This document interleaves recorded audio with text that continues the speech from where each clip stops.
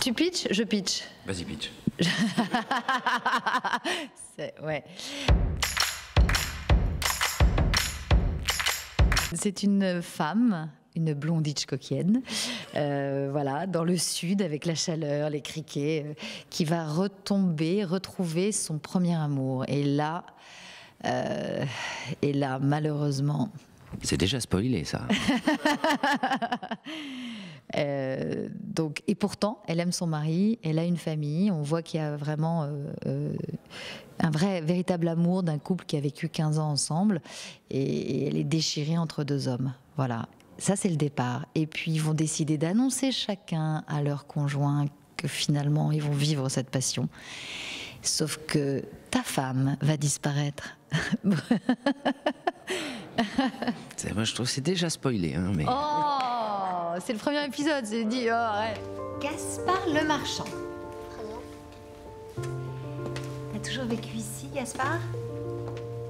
Tu sais, tu peux me parler, hein, je ne mords pas. Bon, ça va venir. Ensuite, Léa Maléval. Présente. Comment s'appelle ton père? Il s'appelle Florent. Très bien, merci Léa. La référence à Truffaut, elle est très très juste sur la femme d'à côté, mais avec quelque chose quand même vraiment flamboyant, passionnel. Alors Truffaut faisait ça vraiment bien. Dans la femme d'à côté, il y avait une petite froideur. Alors peut-être que le film commence très chaud comme ça et va vers quelque chose de plus froid, de plus noir. Mais on est dans les émotions.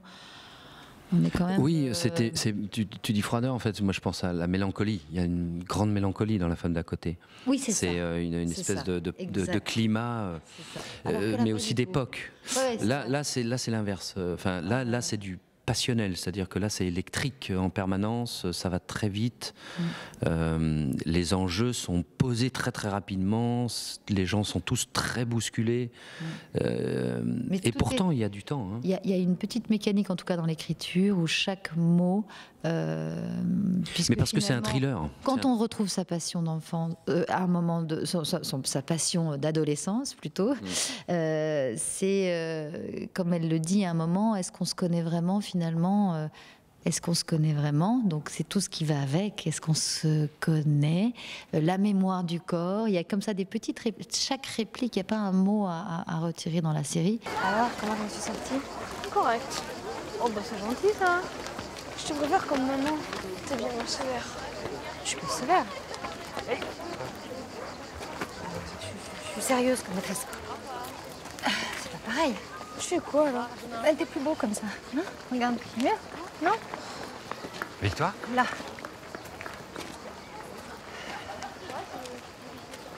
Alors ça c'est incroyable. Tu es dans le coin depuis combien de temps? Je viens d'arriver. T'as pas changé? Je suis désolée, il faut que j'aille chercher mon grand au collège. C'est pas seulement un amour d'enfance. Il y a Enfin, voilà, d'adolescence. Il y a déjà, quand on va découvrir leur histoire d'amour, on va comprendre à quel point il y a du tragique. Et donc fatalement, ils devaient se retrouver. Fatalement, enfin, si la vie est bien faite, et fatalement, ça devait créer. Il devait y avoir une suite à leur histoire. Oui, mais Ah bah ça, c'est mon rapport au destin. les premières fois, en tout cas, les premières fois sont toujours magiques. Et je ne sais pas si revivre une première fois, c'est possible. Ça, c'est vrai. Oui, ça c'est pas le point de vue des personnages.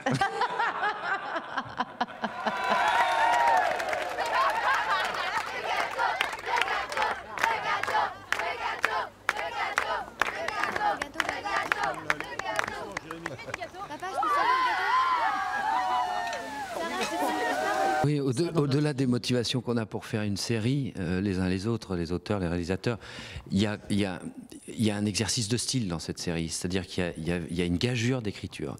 Il y a l'envie de faire j'espère ne trahir personne, mais il y a l'envie de faire une vraie histoire passionnelle, une vraie histoire d'amour, sans tomber dans le mélo, dans l'histoire d'amour.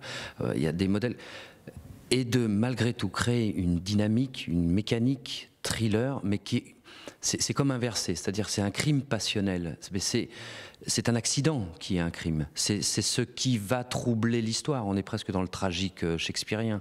Ils s'aiment, ces gens, et ça va créer des dégâts, dans la vie des collatéraux. gens, c'est sans cesse ça. Donc...